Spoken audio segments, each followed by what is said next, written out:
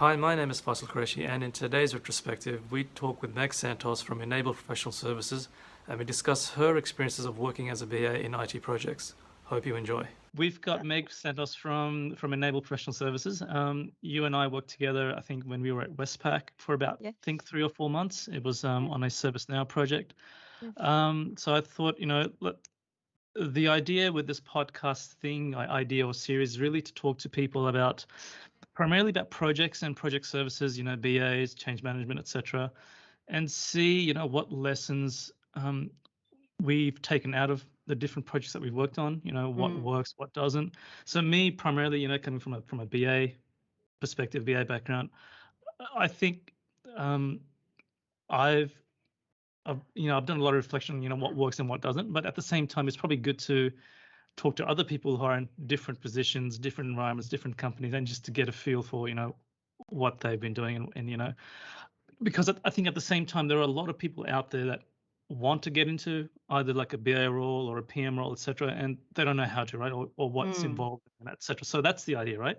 So I guess to maybe start off with, did you want to maybe like do a quick background on maybe the last, 5, 7 years, 10 years, and we'll take it from there. Sure. Well, first of all, thanks for having me. This is very exciting. I think it's when I saw what you were trying to do, I was like, oh, okay, I'd probably speak around that because I came from a BA background as well. But before that, I was you probably hear more down the track, but I came from a software engineering background. And then Okay. from there shifted to testing and then shifted to BA. And from a BA perspective, is probably where I felt like the most at home. And that's when I sense like, oh, okay, this topic is probably very close to my heart because I feel like being a BA is essentially you can do that in any role in my point of view, because a BA is down to really someone who seeks to understand, and not just first solve the problem first. So it's Yeah. firstly being curious, being inquisitive, and trying to understand the challenge that you're facing, whether it be a project or a technical piece of work, and having BAs around is is helpful because I think BAs help a lot in translating a lot of the technical aspects to real business solvable problems. So I thought, I could really speak like a day around this topic, and what you're trying to accomplish here is around, I guess, giving people that light that everyone can change careers at any point in time. So, but back to me. So I'm the director of operations at Enable. So over the 7 years is probably where I really went deep into service now and consulting. Before that, so I started with my career in service management or ITIL started with software primarily. So from testing and then went to BA. And then from software, I then moved to a bigger company, CSE, DXC now. And that's where I really appreciated beyond software, there's that process component. That's And then right. there's also the service and business component. So I've got a lot to thank for CSE for the experience that I took on there and really met a lot of good people who I still remain close to, that really inspired me to go beyond, technology. Um, and from that point on, I think I was able to develop more, um, I guess, skills in going beyond what's just on the technical aspects, and that's where I think I developed from BA, then started to do more consulting. So yeah. So just on that, right? So I think there's probably two questions I want to ask there, right? So and I apologize for the background noise as well. So was it a conscious decision to go into the BA work, or was it just a happenstance that it just happened out of accident or by chance? I think it was a natural progression for me because coming from software engineering, well, maybe I'll start with because my degree was economics, so Oh, I really? didn't really study in IT, Ah, right? okay. Yeah. So economics is a very by itself, by nature, a very analytical Yeah. subject matter. So I'm very analytical, and then I just happened to come through like my first job was in Accenture. My first proper job Okay. was in Accenture, and at that point in time, they were hiring in Manila. It's my first job after uni, and I was a software engineer. And I really tried to really do the coding .NET experience, and I, gave it my. But then I knew deep in my heart that I prefer the client-facing interactions, right? Yeah. And then Yeah. after that, I moved to Australia after Accenture, and then I thought, you know what? I could go and still continue with the software engineering, or maybe I'll give something else a go. And Mm, I thought the easiest switch from development is testing primarily. mm, And then from mm. testing, I then felt like if I was able to switch from development to testing, Yeah. Yeah. and testing is also about understanding requirements because obviously you need to Yeah. Yeah. naturally. I felt like a BA is the next piece that I wanted to try Mm. on.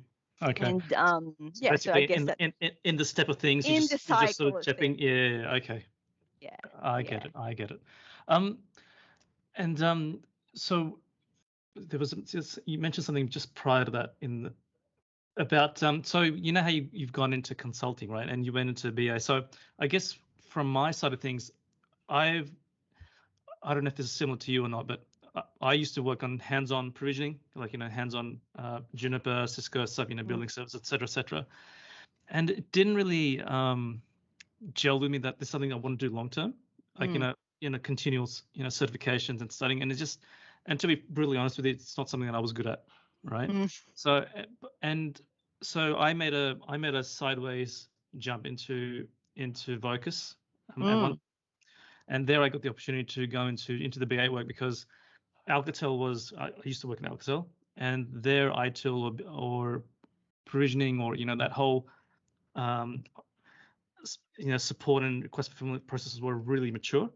mm, So I was able to bring that knowledge across and help them out with with Vocus, and so that's where ServiceNow was mm. being deployed. First, like I said, I can help you with this, process of drawing, and so they said, look, you seem to be okay with this. Do you want to do this full time? And so it was just a lucky break that I got to go Right. into BA work, um, and I think from there on, it's just been it's been an eye-opening experience because you're exposed to so many different things, right? So Correct. at Vocus, it was transformation projects. Company was buying out a lot of other smaller companies. There was a lot of integration work, and then after that, got a chance to go into non-telco to like Mm. Cochlear. So that was Yep. like, okay, was Totally able to jump different. industries, Yeah. yay. And then after that, back in telco and then into Westpac, right? Right. So Yeah. I think so. One of the key things, one of the biggest things that I've seen with doing BA work is you're able to jump across Correct. different Yeah. industries, right? So Different industries. I think that's a huge plus as well, Yeah. Yeah. um, because you tend to become pigeonholed Mm, if you're in the one industry or if you're in the one line of work. So I don't know if you agree with this. It's like I found when I was going to mentors for advice, for career advice, like going almost 10 years ago, they said, oh, look, you can go into project management.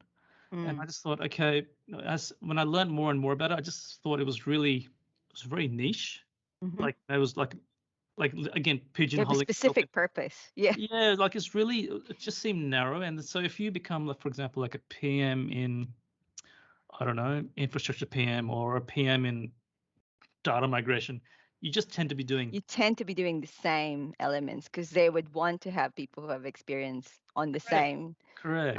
Correct. technology or background. That's That's right. a plus, right? That's So right. yeah. Well, in BA, it's different. Like they don't look for BAs and say, oh, we prefer BA who's only done banking or Mm, BAs who's only done this piece of work, right? So yeah. yeah.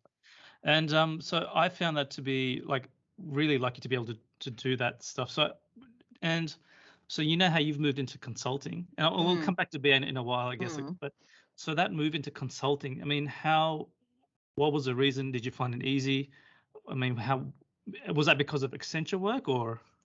No, I think so my first real proper go because even at CSC it was not like your strictest consulting, right? We do a lot of managed service provider Yeah, services. yeah. So my role there was a BA in the enablement team. So as part of this shared service that CSE would have with multiple clients. We are a team that stands up those services, technology-wise, process-wise, and services-wise as well. And then I thought, this thing that I'm doing at CSE, I could definitely, like, because that was Remedy as well. So I wanted to really tap into consulting, because that's something that I felt like I haven't done before. And when I say pure consulting, it's really, independently going into a client environment, being faced with this particular challenge or Yeah. project that you need Yeah. to turn around. Yeah. And then obviously they rely on your experience in the past to not just deliver the job, but provide a lot of advice. So from CSC, it helped as well that you already know a lot of people in the industry. So I was Yeah. able to move to, I think it was RXP is my first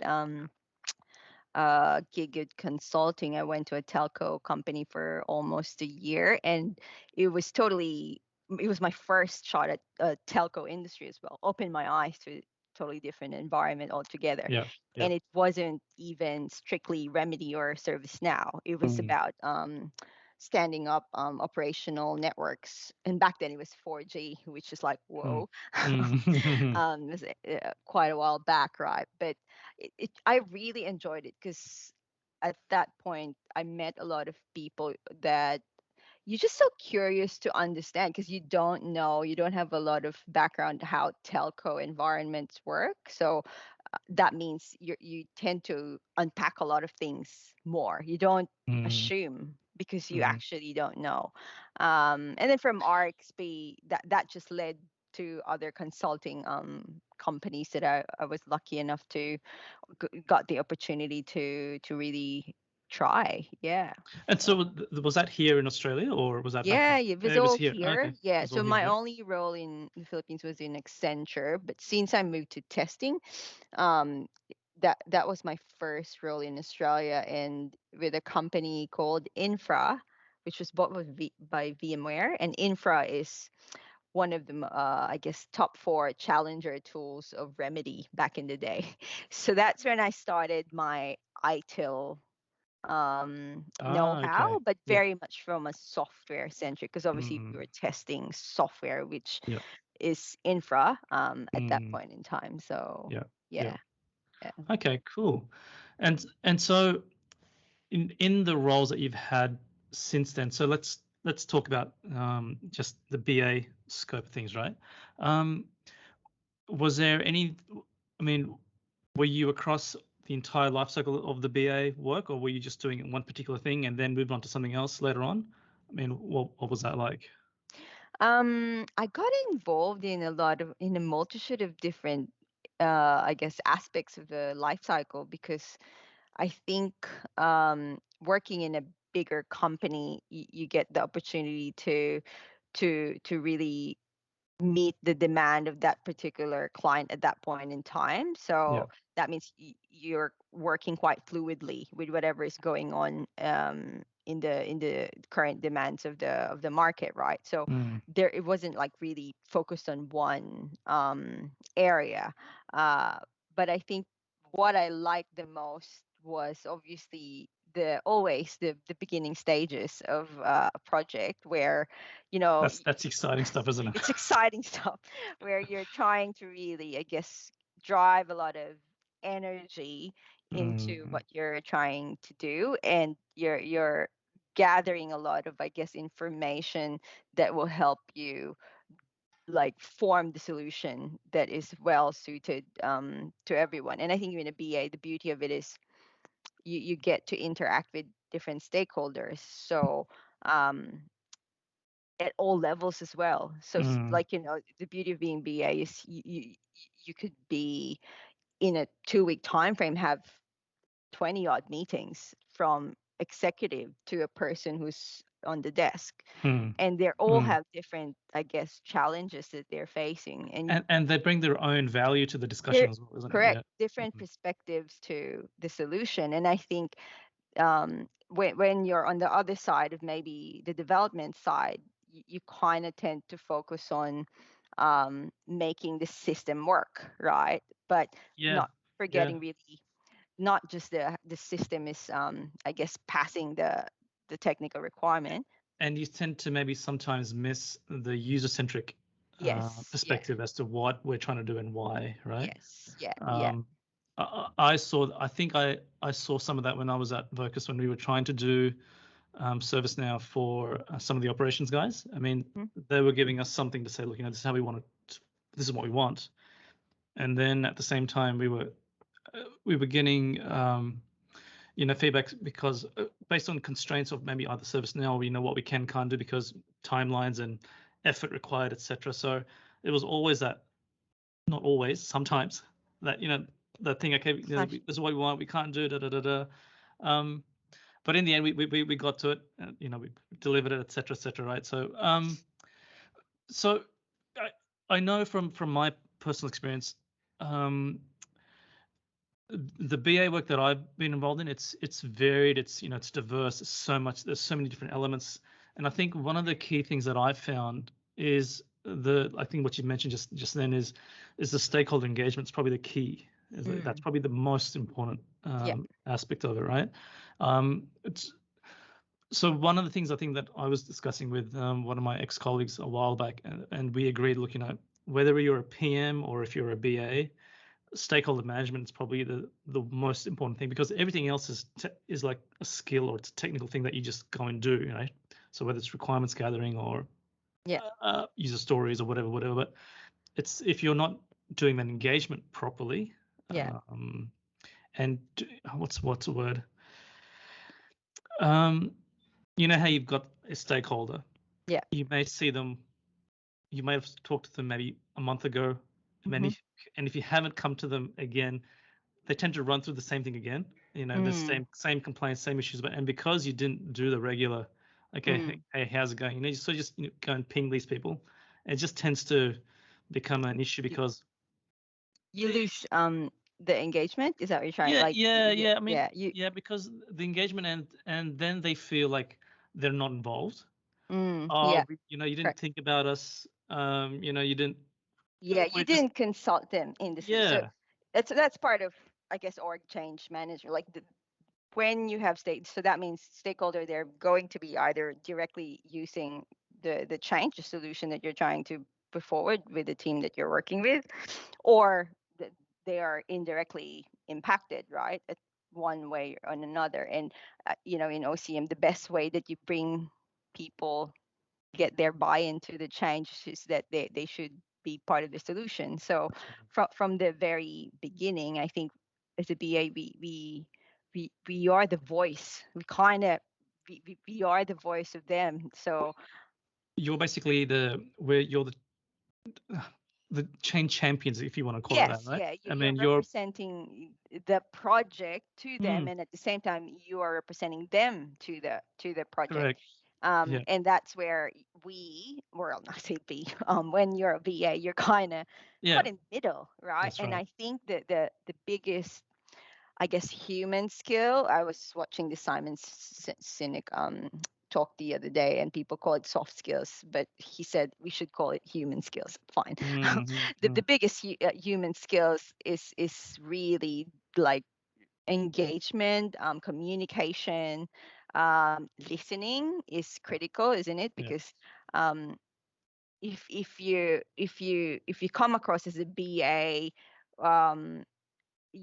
with the need to speak and say, I think it defeats the purpose of the whole thing, right? As a BA, you tend to like ask, and there's no, what's the word, like you kind of have to portray a very non-arrogant, in a non-arrogant way, like almost like you don't know, you don't understand, help me understand what you're trying to say, right? Correct. So even if in the background you probably know that well, firstly, this is going to be impossible sometimes, what they're asking, or secondly, you're the 10th person who's already told me this problem. I know of it already, but you want to develop that relationship with that stakeholder, right?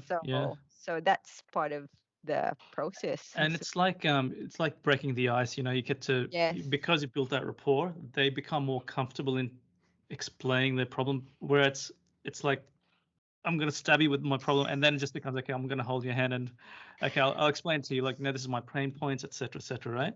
Yeah, Yeah, that's yeah, right. yeah. Yeah. So I've recently started writing posts on LinkedIn as well. I just said, look, let's just try and daily posts, and I mentioned in one of my posts I had, what I think are the key qualities of a BA. So you've just covered one of them, which was, listening is a key one, and we discussed stakeholder management is another. And I forget what the third one was now, but I wanted to go into another thing that is in regards to, and I'm probably gonna jump forward back a little bit with BA work, right? So I think without BAs you can't have a successful project, especially good BAs, right? Yeah.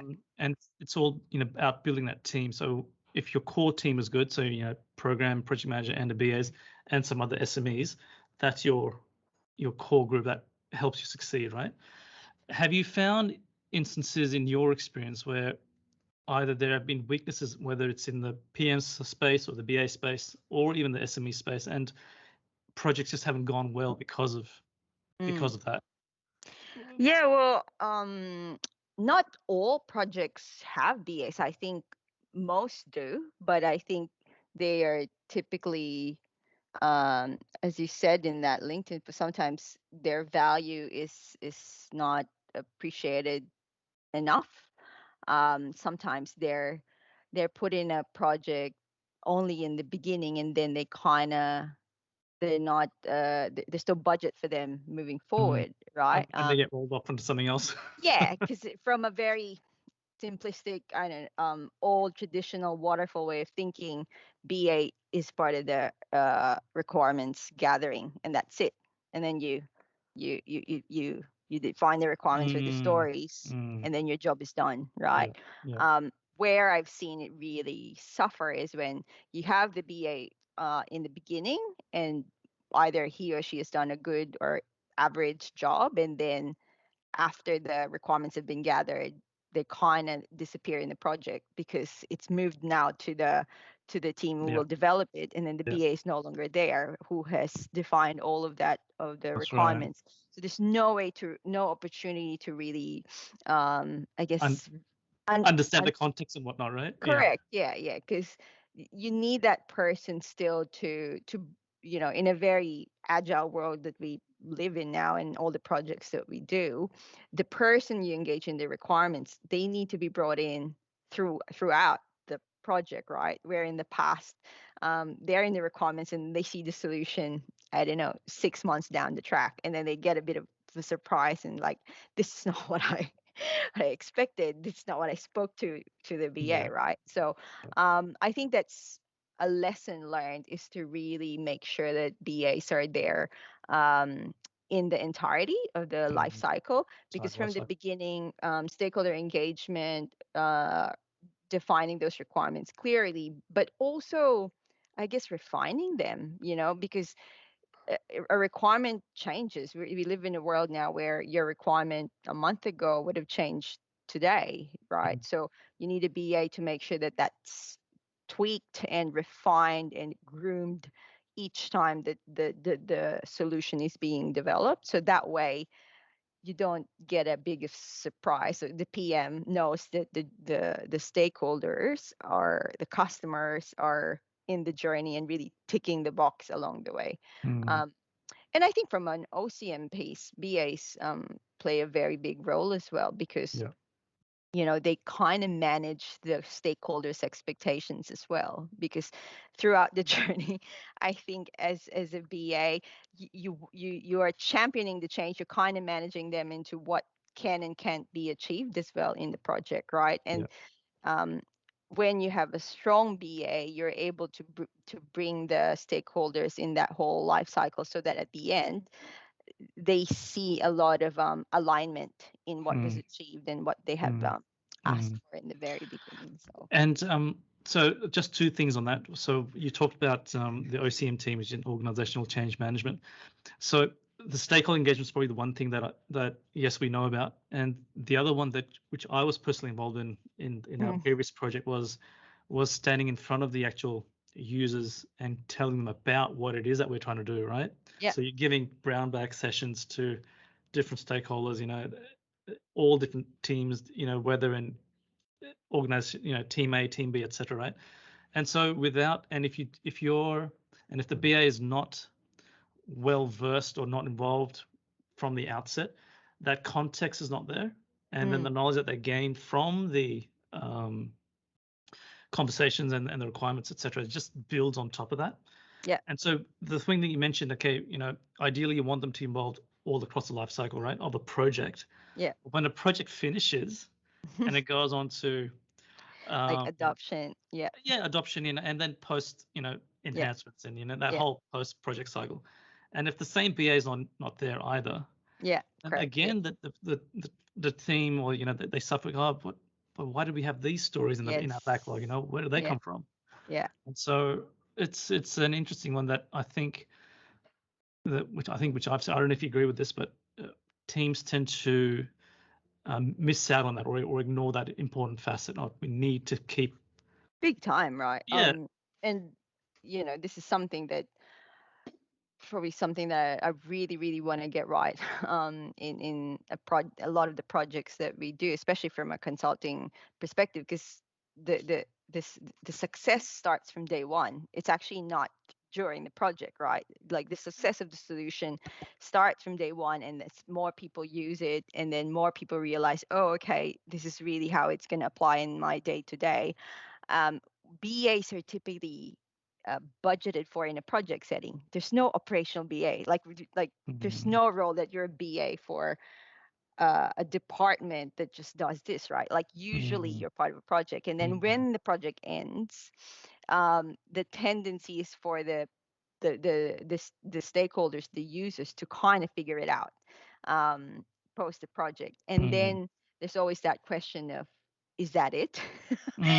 Is that it? So all the things that we like, that 6-month project, for example, and then the project team goes away, and you're kind of left to your own devices to work out the solution that most of the time you're only 20% involved in, because most of the time it's the project people who kind of deliver it all the way, right? So I think it's important that in a project environment there is a lot of, I guess, touch points post the actual release that needs to be planned for, to make sure that the users are really bought in to the solution from an operational perspective. Yeah. And that's DAs play a role there. That's what I was looking for. Touch points. Yeah. Doing that regular thing, right? That was a word. And so we often go into projects, for example, where you think it's going to be an ideal solution or an ideal product, whatever, right? But then as things happen, right? Risks, issues, timelines. Oh, we can't do it because we've discovered something else. And it ends up being an MVP. Yes. As an example, right? Whether it's an MVP from the beginning or if it becomes an MVP in the middle. So have you had? I mean, what are your thoughts on that? And what have you seen in your experience? I mean, it is always a challenge in IT, especially now that I think like businesses want to transform so quickly, right?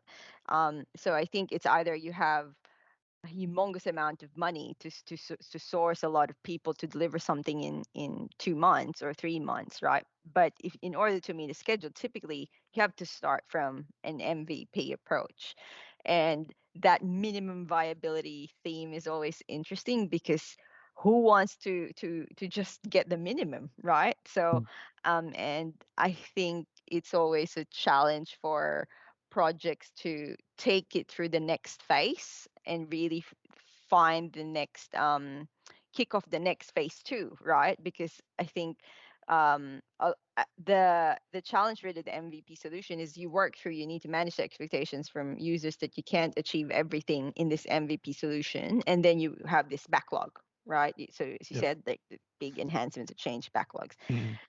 When does that happen? And there's typically you start with an MVP, but there's no clear definitive plan for phase 2.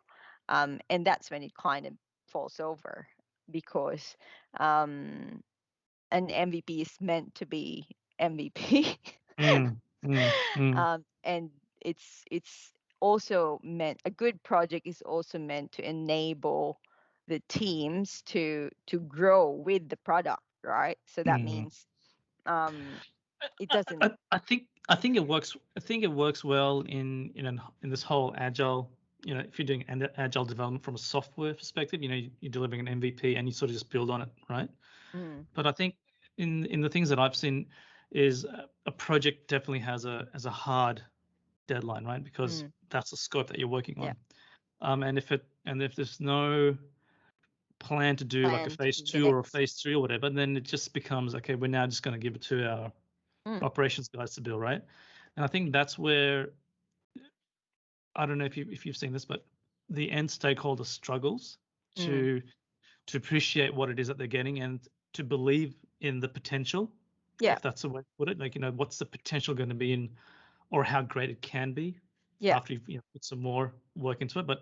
And it sometimes happens, it sometimes doesn't. And I don't know if you've seen that as well. Yeah, I think maybe because the industry I've been in is very much um changing, right? Like there's always new versions, new features, new capability that is developed. So it is it's kind of a bit of a loss to the customer if you don't really plan for the next stages of work. But I would think there's also industries where you have a project in, um I think a good MVP will stack up. I think it's because you and I are probably in IT. Like there's Mm, always that, next evolution and next yeah, change. yeah, And I think it's about how you enable the teams, whether it be a phase two project or a phase three project, or them themselves to be able to adapt to the moving pieces in that product. So for mm, example, let's just use ServiceNow because that's the one that we both were part of, right? After a phase one project, if there is a strong team that has been developed throughout the project to develop their own capability in ServiceNow, you may not need a phase two, because that means you've brought in and grown that team as part of the project. And mm, I think that's the um, like ServiceNow is driving to that as well, like with the whole citizen developer program and low code development, and allowing people to really get their hands dirty in the mm, solution, mm. because um, I think You're getting more. trying to empower the end users, Yeah, I guess. Yeah. yeah, empower Mm, the end users, and give capability in the product that allows end users to do that as well, and yeah. sort of govern their own operational processes. So yeah. So just on that, has that been successful or has it been effective in your experience? Has that worked? I think not always. Not always. Because I it's think it's something that I think it's still a little not mature, or it's a new idea. it is relatively new, and I think um typically it's the people who take on the solution, it's not really their own, I guess, business to know ServiceNow. Like they use ServiceNow as a platform to help them in what they're trying to achieve in their business. So the actual talent that they have in their own businesses are not ServiceNow, and they don't have any potential interest to grow that, right? So Mm, that means the people who are in operational roles have jobs that don't lean into ServiceNow development, right? So they would always rely on a partner and a mm, consultant mm, and a third mm, party to help them. And mm. some companies, like develop their own BAU team and admin team, but they always are thinking about whether that's in comparison to having a third party, what's the most I guess viable solution for Yeah, us, yeah, cost wise, right? yeah, So yeah, yeah, yeah. yeah. So in line with that, I just want to go on to another thing, right? So what's your opinion on the importance of roadmaps? Because especially IT. So I mean, coming from an IT background, right? So when I was at Vocus, I saw the like having a roadmap or a plan. Roadmap is probably an architect makes a roadmap, right? So Yeah. how we're going to get to either the integrations or et cetera, and it played a critical role in the success of what we were trying to do. So, and I think I've seen in my experience, I've seen a bit of a hit and miss with something where something is clearly defined and it's well understood versus something which is just a little fuzzy in terms of what we're trying to do. And so I would consider. I mean, I don't know. I'm the one who's meant to be asking the question. I'm just giving you the answer. Do you find that actually, what's your opinion on, like, how have you seen it? How have you found it? We'll go from there.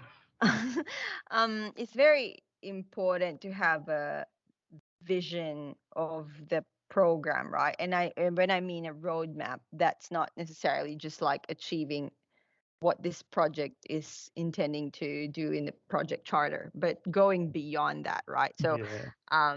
because So there's a difference, right? So I mean, there's a project plan, and then there's the roadmap, right? So do you want to maybe just do a differentiation or a definition of the two, or? yeah, like in a simplistic term, like a project has a definitive goal, right? And it like a defined set of objectives, right? That's like intended to really hit the business drivers for the for what for the for what the sponsor is trying to achieve for that particular project.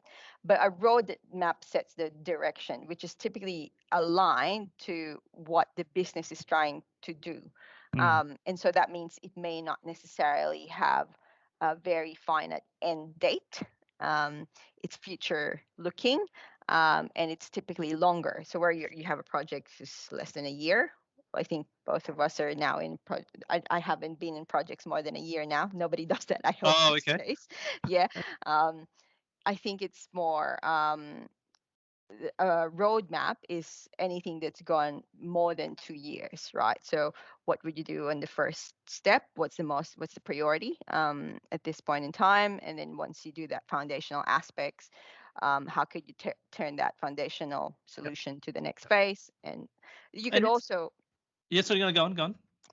you could also start to use that, I guess, bigger roadmap of program of work to connect all the projects that sort of form part of a bigger portfolio of work, right? And I think the beauty about having a clear roadmap is that your stakeholders understand where they fit in and where should they expect this from which projects. Because sometimes from a project lens, it's very, I don't care about that project or that piece of work. That's not in scope of what I'm trying to do. But at the end of the day, if you're a stakeholder, you do care about all of them, right? Because they all have a lot of, I guess, intersecting needs as a user. So there's value that may not be directly relevant to you, but ultimately some of it will actually flow onto either your department or your area, right? Yeah. So okay, so that's covering the IT roadmap side of things. If we go onto the projects space, into the project management space, I mean, what's your experience been with, let's say, good projects versus not so good projects? And what do you have any examples that you want to share? I'm very lucky to have been part of some big projects, and there's also small projects. Some I've led myself.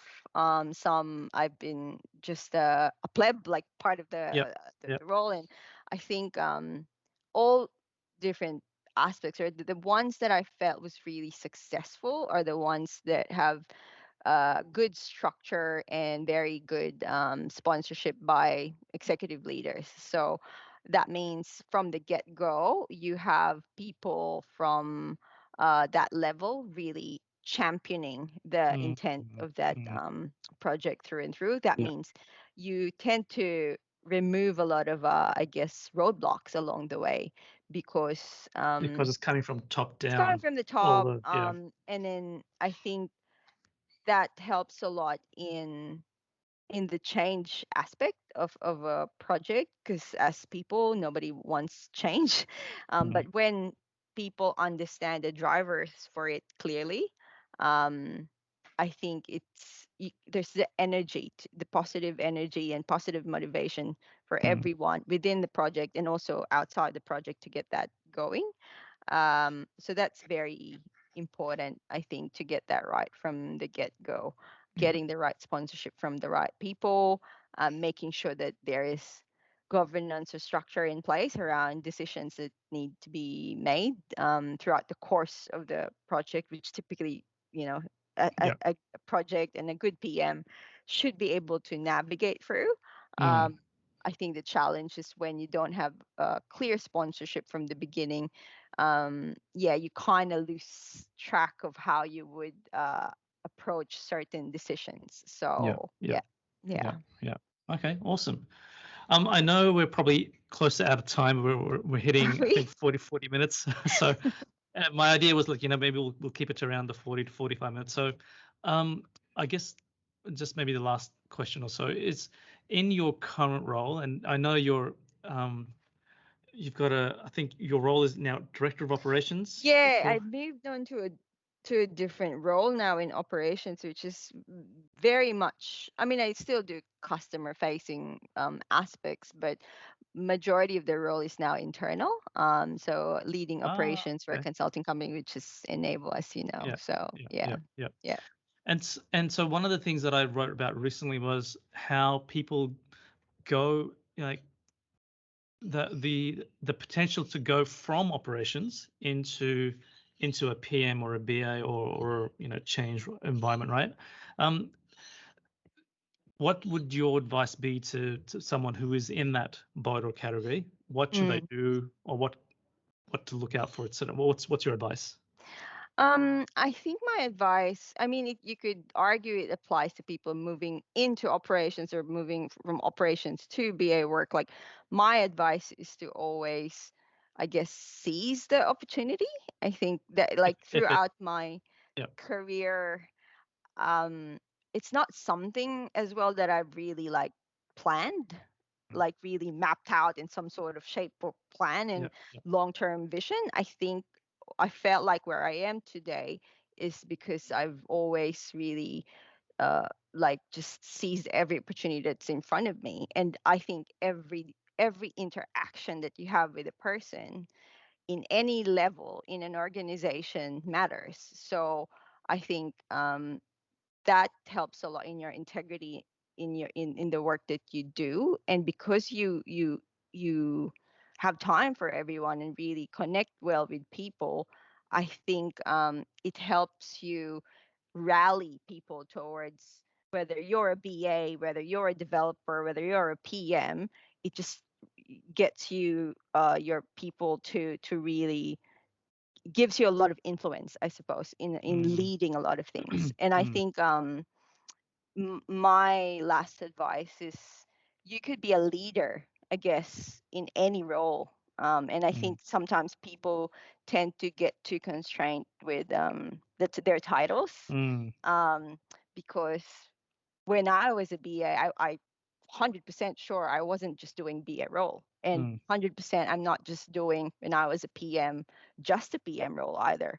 Or my role now is not purely in operations. I tend to be, I guess, approaching things the way they need to approach it, being very adaptive to what's in front of you, to the people that you need to engage with. And I Yeah. think that's the skill that Yeah. kind of matters in Mm. this day and time. Mm. um, so don't be too constrained about the title.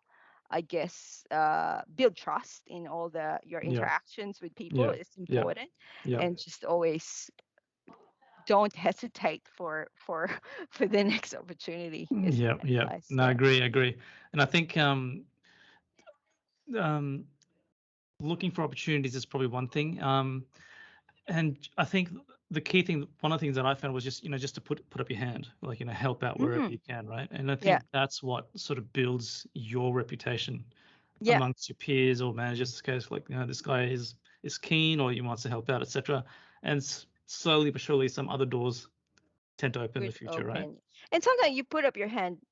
Sometimes it's also just to ask questions. Like, I think some people just, I guess, don't ask because it's not in their remit or in their I guess, lane.